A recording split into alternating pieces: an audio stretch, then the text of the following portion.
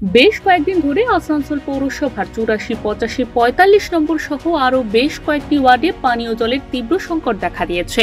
এই ওয়ার্ডগুলিতে বিগত 3 দিন ধরে পানীয় জল আসেনি বলে অভিযোগ স্থানীয়দের। তাদের আরও অভিযোগ, কয়েক মিনিটের জন্য কোথাও কোথাও জল এলেও সেই জল ঘোলা এবং কালো, যা পান করার অযোগ্য।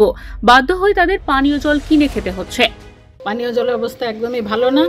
গত বছর তো একসাথে 7 দিন জল আসেনি, এইবারে এখন থেকে কেন গরম পড়েনি, 3 দিন জল আসেনি। আমাদের খাবার জল নেই, আমাদেরকে জল কিনে খেতে হচ্ছে। পানীয় জল খাবার একদমই আমাদের অবস্থা খারাপ।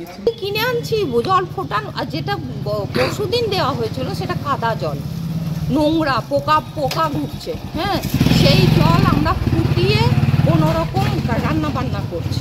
স্বাস্থ্যের জন্য আমরা আশঙ্কিত। হ্যাঁ, নিশ্চয়ই। তারপরে আগামী এই যে এত বড় গ্রীষ্ম আসছে, তখন কি হবে সেটার জন্যই বলা।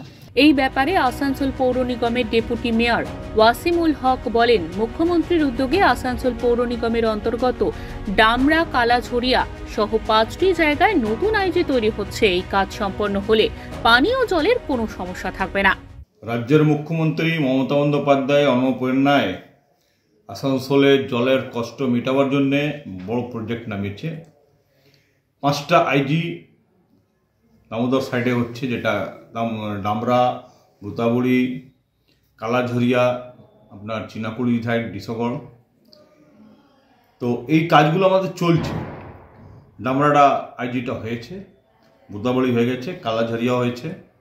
কালাঝরিয়া 3-4 দিন ধরে ডিস্ট্রিবিউশন লাইনের সঙ্গে জুড়ছে, সেই কারণে সাপ্লাইটা এখন এফেক্টেড আছে। কয়েকদিনে মানুষের অসুবিধা আছে, সেই জন্য আমরা দুঃখিত, কিন্তু কিছু করা যাচ্ছে না।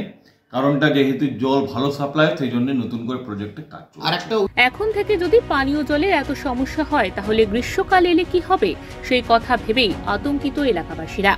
আসানসোল থেকে জয়ন্ত সাহার রিপোর্ট, ওঙ্কার বাংলা।